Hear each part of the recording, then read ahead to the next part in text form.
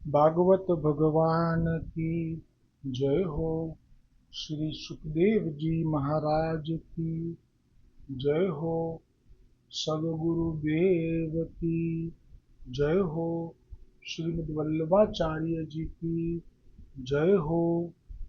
अपने अपने गुरुदेव की जय हो। ભાગવત જીમાં ગીતા પ્રેસ ગોરખપુર ભાગવત પુરાણનું જે પુસ્તક છે વેદવ્યાસ રચિત, જેમાં સુખદેવજીનો સંવાદ છે, એ સંસ્કૃત અને ગુજરાતી જે છે તેમાં ગુજરાતી ભાષાંતર મેં અહીંયા રાખેલ છે. હવે પ્રસંગ ભાગવતજીમાં ગઈકાલે જે આવ્યો હતો તે વિરામ થયો. આવે આજે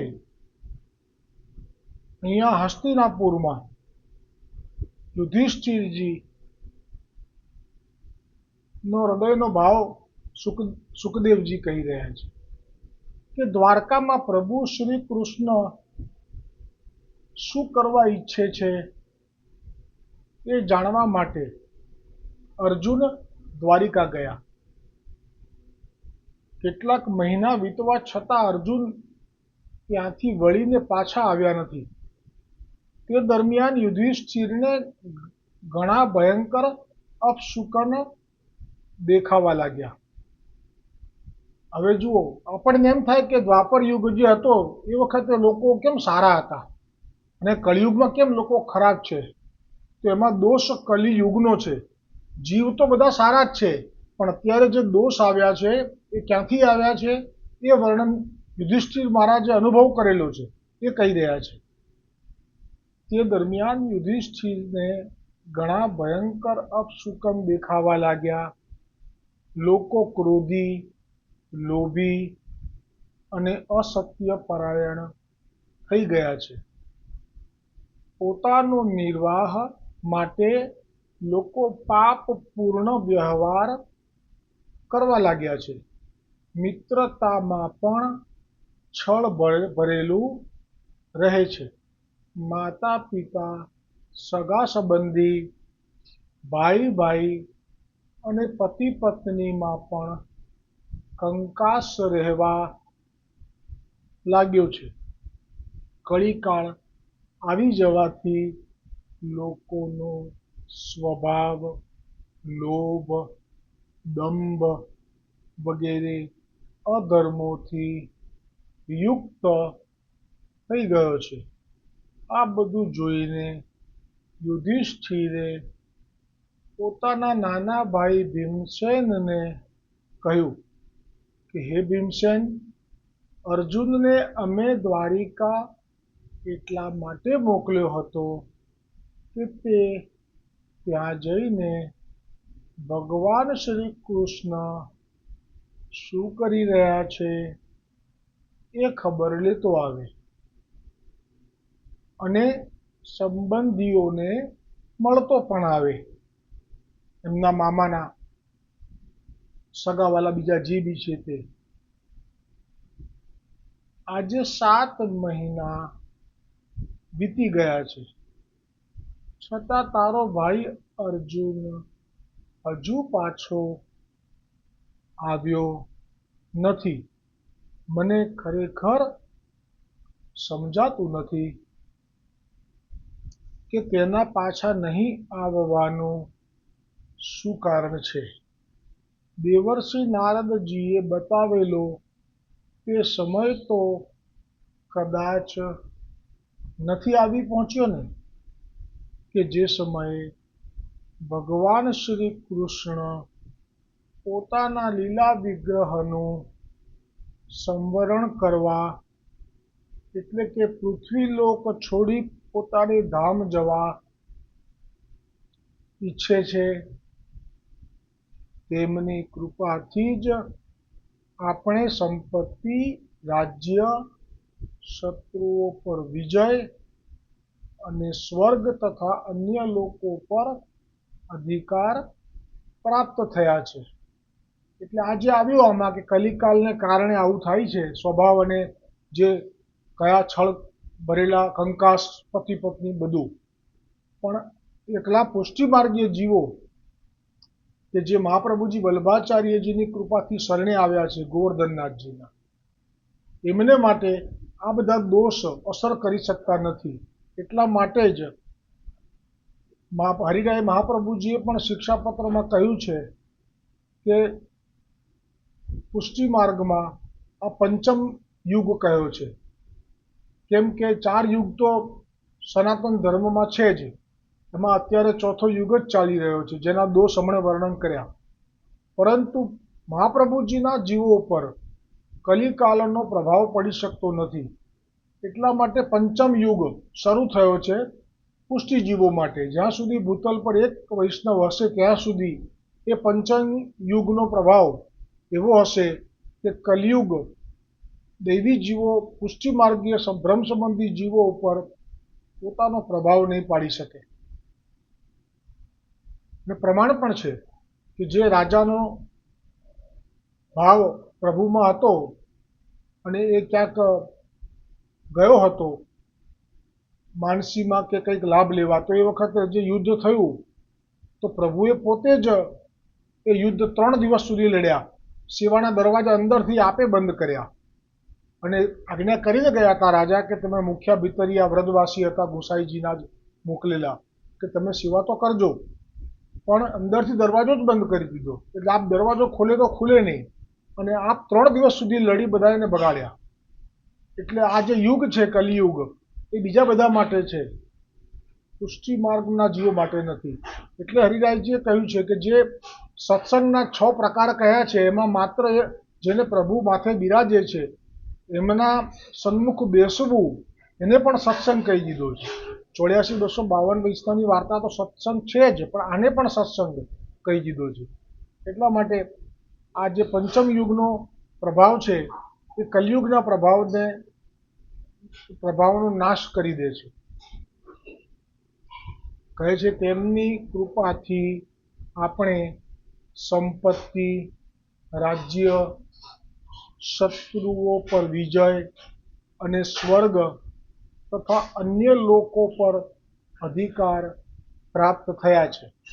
ભીમસેન, તું જોતો ખરો, પૃથ્વીમાં ભૂકંપ તથા શરીરમાં રોગ વગેરે કેટલા ભયંકર અપશુકન થઈ રહ્યા છે. એટલે તે પહેલાં આવું નહોતું. ભૂકંપ તો બરોબર, પણ રોગ નહોતા આવા જે અત્યારે છે. આ બધાથી એ વાતનું સૂચન થાય છે કે સત્વરે કોઈ અશુભ સમાચાર સાંભળવા મળશે.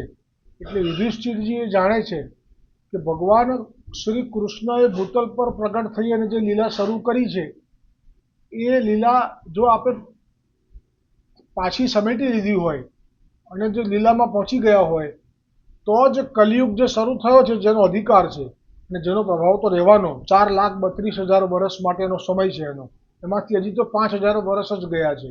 પણ એ વખતે યુધિષ્ઠિરજીને ખબર પડી ગઈ કે એ પ્રભુના લીલામાં ગયા હોય તો જ આ કલિયુગનો આવો પ્રભાવ શરૂ થઈ શકે.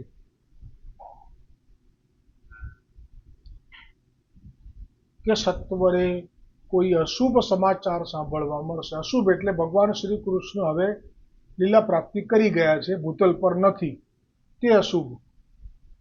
વહાલા ભીમસેન, મારી ડાબી જાંગ, મારી ડાબી આંખ અને મારી ડાબી ભુજા, ડાબો હાથ વારંવાર ફરકી રહ્યા છે. હૃદય જોરથી ધબકી રહ્યું છે. અવશ્ય બહુ જલ્દી કોઈ અનિષ્ટ થનારું છે. ગૌશાળામાં આપણામાં એક સનાતનમાં એક આ માનતા છે કે જેનું પણ ડાબું અંગ ફરકે, આંખ, પગ કે હાથ ડાબો, તો એ અશુભ ગણવામાં આવ્યું છે. કંઈક એવું થાય કે જે આપણને દુઃખ આપી જાય. અને જમણી આંખ, જમણો હસ્ત અને જમણો જાંઘ જો ફરકે તો પાછું શુભ પણ થઈ શકે છે. એમાં ભાવ એવો છે.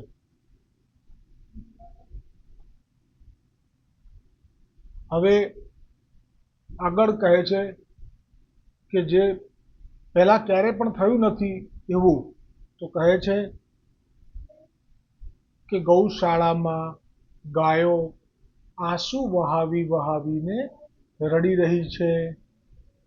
આ અપશુકન જોઈને હું તો એવું સમજું છું કે નિશ્ચિંતપણે આ ભાગ્યહીન ભૂમિ ભગવાનના તે ધજા વજ્ર, અંકુશ વગેરે ચિહ્નો આ છે ને આ પ્રભુ શ્રી કૃષ્ણના ચરણોમાં આ ચિહ્નો હતા. અને આ ચિહ્નો હતા એના પ્રમાણમાં તો અક્રૂરજીએ પણ જ્યારે પ્રથમ વખત વ્રજમાં આવ્યા અને રથમાંથી જોયું નીચે કે હમણે જ પ્રભુ ગાયો ચરાવીને નંદાલયમાં ગયા છે, એ ચિહ્નો પણ જોયા હતા અને એ કૂદી પડ્યા હતા અને એમાં આળોટ્યા હતા. આ જ ચિહ્નો સાક્ષાત મહાપ્રભુજી વલ્લભાચાર્યજીના ચરણોમાં પણ બિરાજમાન છે. જે ચિત્ર હું મૂકું છું સર્વોત્તમજીના વિડીયો ઓડિયોમાં, એ ચિત્રમાં જે ચરણ છે એના દર્શન કરશો તો તે ચિહ્નો આપના આ પ્રગટ થયા ત્યારથી છે. એટલે કેવું ભાગ્ય છે વૈષ્ણવોનું કે ગુરુ એ જ સાક્ષાત ભગવાન છે. અને ખરેખર હવે તો કલિયુગના દોષો જે આમાં વર્ણન કર્યા એ મર્યાદા માર્ગીઓ માટે તો રહેવાના, પણ પુષ્ટિ માર્ગીઓ માટે જેમ કહ્યું પંચમ યુગ, એ તો એમ થાય કે અમે ભલે કલિયુગ આવો ઘોર, આનાથી ઘોર કેમ નથી, અમને તો મહાપ્રભુજી વલ્લભાચાર્યજી જે યુગમાં મળ્યા અમારા માટે તો એ યુગ સોનાનો. અમને હવે મને કોઈ કલિયુગના દોષોનું દર્શન જ થતું નથી. હવે તો મને એક જ ભાવ થાય છે કે જે સાક્ષાત પૂર્ણ પુરુષોત્તમ શ્રી કૃષ્ણ પ્રગટ થયા છે એના દર્શન તો પૂર્વે સતયુગમાં, ત્રેતાયુગમાં, દ્વાપરયુગ પહેલા પ્રગટ થયા, છેલ્લે એ પહેલા કોઈએ કર્યા નહોતા. એ લોકોના ભાગ્ય કરતાં આપણું ભાગ્ય વધારે, આ ભાવ થાય છે. અને એમાંય પાછું મહાપ્રભુજી હમણાં પ્રગટ થયા છે. હજી તો એ વાતને 550 વર્ષ થયા છે. હજી તો એની ફોરમ, એનો આનંદ લેવાનો છે. અને ત્યાં કોઈ નકારાત્મક વાતો કરવા લાગી જાય કે અત્યારે તો કળિયુગ આવી ગયો, ચારે બાજુ દુઃખ છે, તો માની લેજો કે દૈવી જીવ નથી. એની વાતો તમારા આ કર્ણમાં નાખતા નહીં, કેમ કે એનાથી તમારો ભાવ નાશ પામશે. હજી તો લાવો શરૂ થયો છે. હમણે તો મહાપ્રભુજી પ્રગટ થઈને આપે લીલા કરી છે ને હજી ભૂતલ પર છે. આપે આજ્ઞા કરી ભગવાન દાસને ત્યાં જ્યારે પેલા એ વિરહ થયો અને પટ ખોલ્યો અને કહ્યું કે અમે તો અમારા ભગવદીઓના ઘરે દૈવી જીવો માટે જ્યાં સુધી એક વૈષ્ણવ ભૂતલ પર છે ત્યાં સુધી બિરાજમાન છીએ. તો આપણે તો આનંદ લેવાનો છે. આપણે નકારાત્મકતામાં ફસાવાનું નથી. એ લોકોએ ખરેખર ફસાવાનું છે જેમને ભક્તિ નથી. એમને તો કલિયુગના દોષો પીડા આપવાના જ છે, એમાં કોઈ શંકા નથી. અને આ રીતે કહ્યું,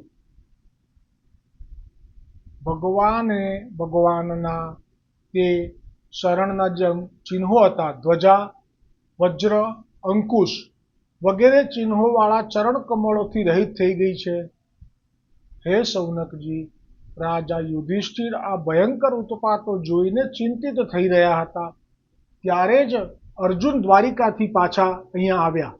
યુધિષ્ઠિરે અર્જુનને આટલા બધા દુઃખી પહેલા ક્યારેય જોયા ન હતા. મોં પડી ગયેલું છે, નેત્રોમાંથી આંસુ વહી રહ્યા છે અને શરીરમાં બિલકુલ કાંતિ, તેજ ઓજ નથી. તેમને આવા રૂપમાં પોતાના ચરણોમાં પડેલા જોઈને યુધિષ્ઠિર ગભરાઈ ગયા. એટલે કે એમને શંકા જે હતી એ લાગી કે હવે ભગવાન શ્રી કૃષ્ણ નથી, પણ છતાંય હવે એમને જે વિચારો આવ્યા અંદર નકારાત્મક એ કહેશે સામેથી.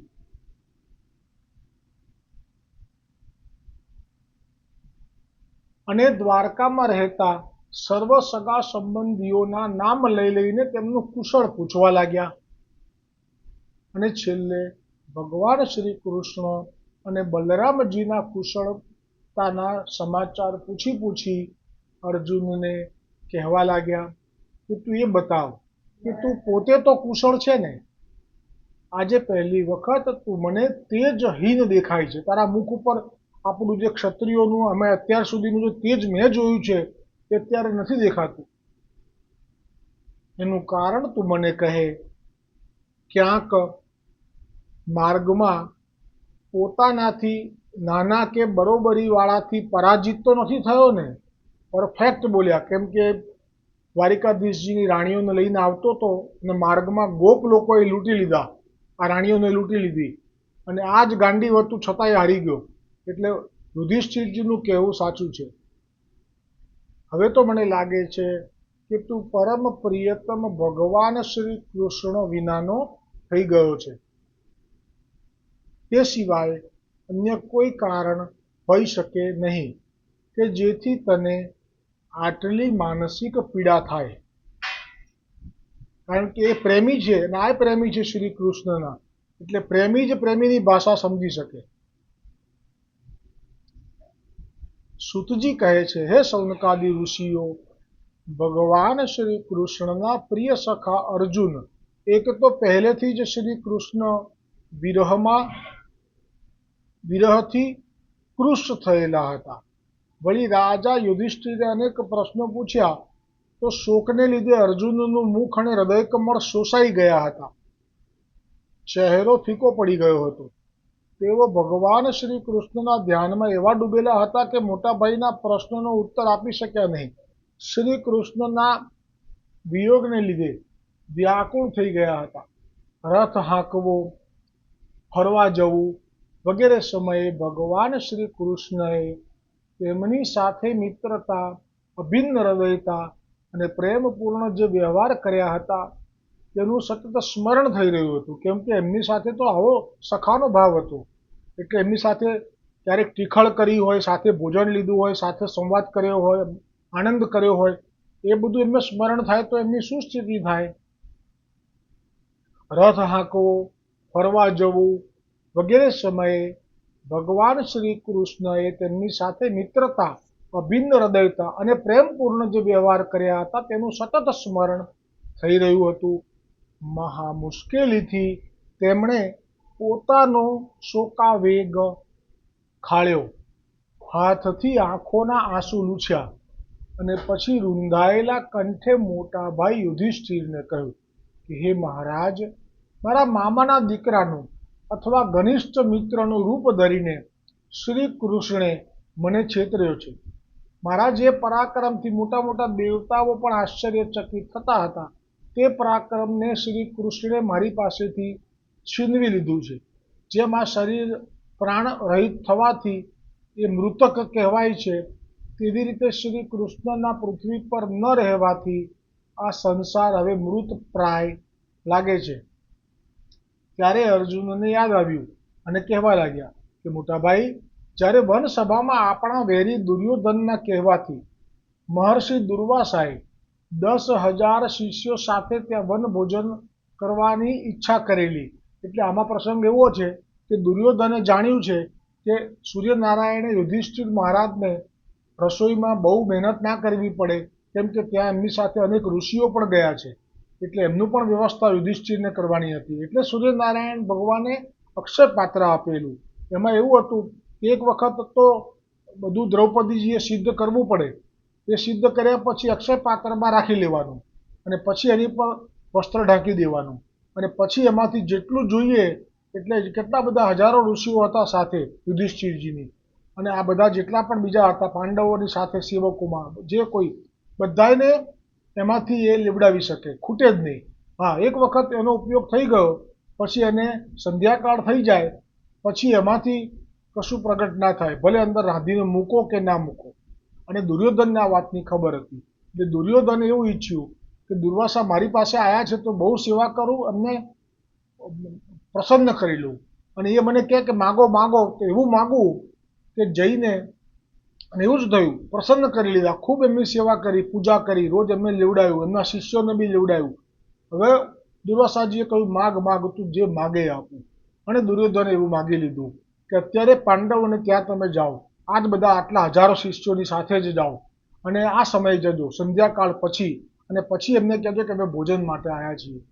દુર્વાસા પણ સમજી ગયા કે આ દુર્યોધને એવું માગ્યું છે કે હું જઈશ અને એ સમયે પેલા લોકો મારું નહીં કરી શકે, એટલે મને મારો સ્વભાવ મને ખબર છે, ક્રોધ આવવાનો જ છે.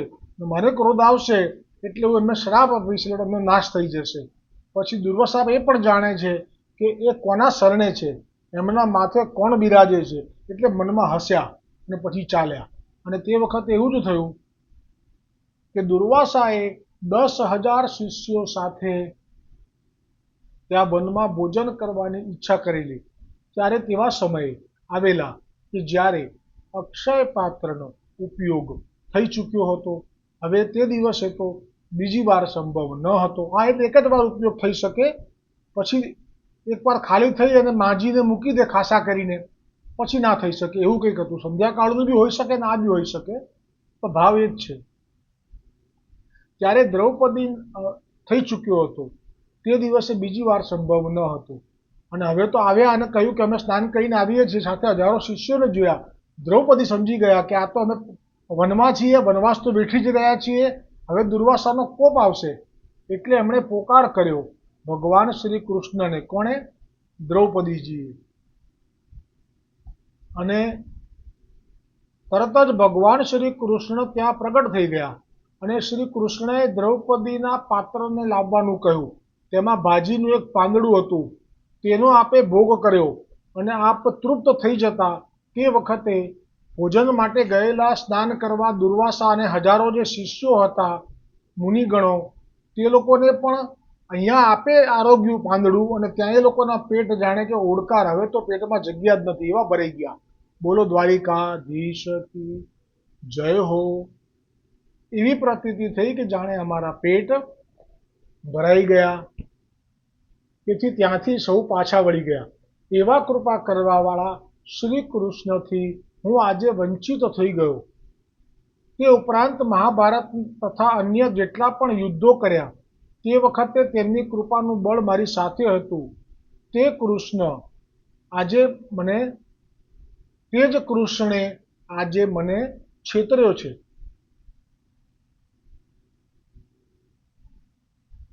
હું કેટલો દુર્બુદ્ધિનો રહ્યો કે મેં શ્રી કૃષ્ણને મારા સારથી બનાવી દીધા. મોટા ભાઈ, એક વખત મારા રથના ઘોડા થાકી જવાથી હું દુશ્મનોની વચ્ચે જ રથ ઉપરથી જમીન ઉપર ઉતરીને ઊભો હતો. ત્યારે દુશ્મનો મારી ઉપર પ્રહાર કરવા ઈચ્છતા હતા કે આવો મોકો નહીં મળે, ત્યારે અર્જુનને મારો, કારણ કે આ અર્જુન મરે એવો નથી. તે વખતે એ લોકોને નક્કી કરીને બાણ પણ ચડાયા. મને મારવા માટે એમણે પૂરી તૈયારી કરી લીધી હતી. છતાં પણ તેમના શસ્ત્રોથી તેઓ મારી પર પ્રહાર કરી શક્યા નહીં, કારણ કે ભગવાન શ્રી કૃષ્ણે તેમની બુદ્ધિ હરી લીધી હતી. હે મોટા ભાઈ, માધવના મધુર સ્મિતયુક્ત વિનોદપૂર્ણ અને હૃદયસ્પર્શી વચનો તથા તેમનું મને પાર્થ, અર્જુન, સખા, કુરુનંદન 4 નામથી બોલાવતા હતા ભગવાન શ્રી કૃષ્ણ. શું કહેતા? પાર્થ, અર્જુન, હે સખા, કુરુનંદન વગેરે કહીને બોલાવવું મને યાદ આવતા મારું હૃદય વલોવાઈ રહ્યું છે. સાથે સૂઈ જવાનું, સાથે બેસવું, ફરવું, વાતો કરવી, ભોજન કરવું. ભોજન પણ અમે સાથે કરતા હતા. કોઈ દિવસ તો હું તેમને વ્યંગમાં કહેતો પણ હતો કે હે મિત્ર, તમે તો બહુ મોટા સત્યવાદી છો. કેમ? છતાં તેઓ મારો અપરાધ સહન કરી લેતા. હે મહારાજ, ભગવાન શ્રી કૃષ્ણની પત્નીઓને દ્વારિકાથી પોતાની સાથે લાવી રહ્યો હતો, પરંતુ માર્ગમાં દુષ્ટ ગોવાળોએ મને એક અબળાની જેમ હરાવી દીધો અને હું તેમનું રક્ષણ કરી શક્યો નહીં. તે વખતે આ ગાંડીવ ધનુષ્ય મારી પાસે હતું, આ બાણો પણ હતા, આ રથ અને ઘોડા પણ હતા. હું પણ તે જ અર્જુન હતો કે જેની આગળ મોટા મોટા રાજાઓ માથું નમાવતા રહેતા હતા. પણ શ્રી કૃષ્ણ વિના આ બધું જાણે એક ક્ષણમાં સારહીન, તેજહીન થઈ ગયું. હે રાજન, તમે મને યાદવોના કુશળ પૂછ્યા તો સાંભળો. તેઓ બ્રાહ્મણોના શ્રાપને લીધે મોહગ્રસ્ત થયા. યાદવોના એટલે એ જે ભગવાન શ્રી કૃષ્ણના પુત્રો હતા, 16,108 રાણીઓથી થયેલા, એ યાદવો કહેવાય. એ લોકોની કુશળ વિશે પૂછ્યું એટલે અર્જુને કહ્યું કે એ લોકોએ તો મોહગ્રસ્ત થઈ મદિરાપાન કરી અંદર ભાઈઓને જ મારી નાખ્યા અને નાશ પામ્યા. તેમના માત્ર 4-5 બચ્યા છે. અને 4-5 બચ્યા છે. તથા ભગવાન શ્રી કૃષ્ણે મને જે ઉપદેશેલો ગીતાનો, જ્ઞાનનો ઉપદેશ જે હતો, તે વખતે હું રજોગુણી હતો, મારે યુદ્ધ કરવાનું હતું, એટલે મને પ્રભુએ આજ્ઞાથી યુદ્ધ કરવાનું કહ્યું, એટલે એ વખતે ભલે ભૂલાઈ ગયો હતો, પણ હવે ખરા ટાઈમે મને એ ભગવદ્ ગીતાનો ઉપદેશનું હવે સ્મરણ થઈ રહ્યું છે.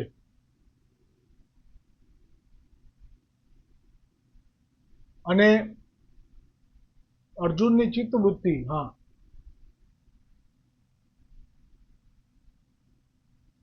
હૃદયના તાપને શાંત કરનારા એ ગીતાના વચનો જેના સ્મરણમાં આવતા જ તે મારા ચિત્તને હરી લે છે.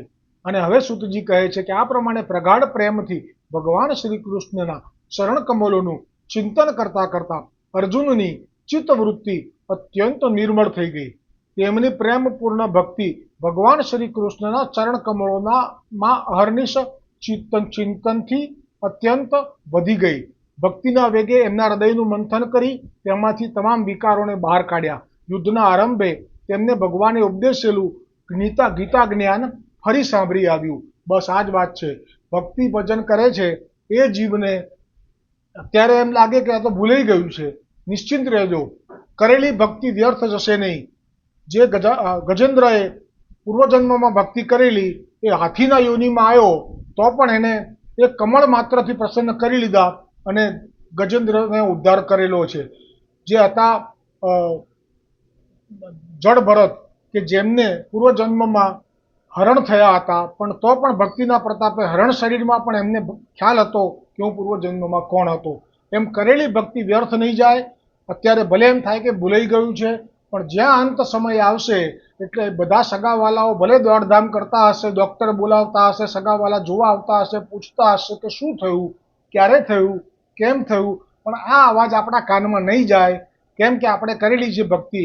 ભક્તિ કરતા છૂટે મારા પ્રાણ, પ્રભુજી એવું માગું રે, રહે જન્મો જન્મ તારો સાથ, પ્રભુજી એવું માગું રે. ભલે ઘરમાં દોડધામ થતી હશે, તારું મુખડું મનોહર જોયા કરું, રાત દાડો ભજન તારું બોલ્યા કરું, રહે અંત સમય તારું ધ્યાન, પ્રભુજી એવું માગું રે. મારા પાપને તાપ સમાવી લેજો, તારા બાળને ખોળામાં બેસાડી દેજો, દેજો આવીને દર્શનના દાન, પ્રભુજી એવું માગું છું. બોલો ભાગવત અધૂરો રહેલો પ્રસંગ આવતીકાલે આવશે. બોલો ભાગવત ભગવાન કી જય હો. સદગુરુદેવ કી જય હો. સુખદેવજી મહારાજ કી જય હો.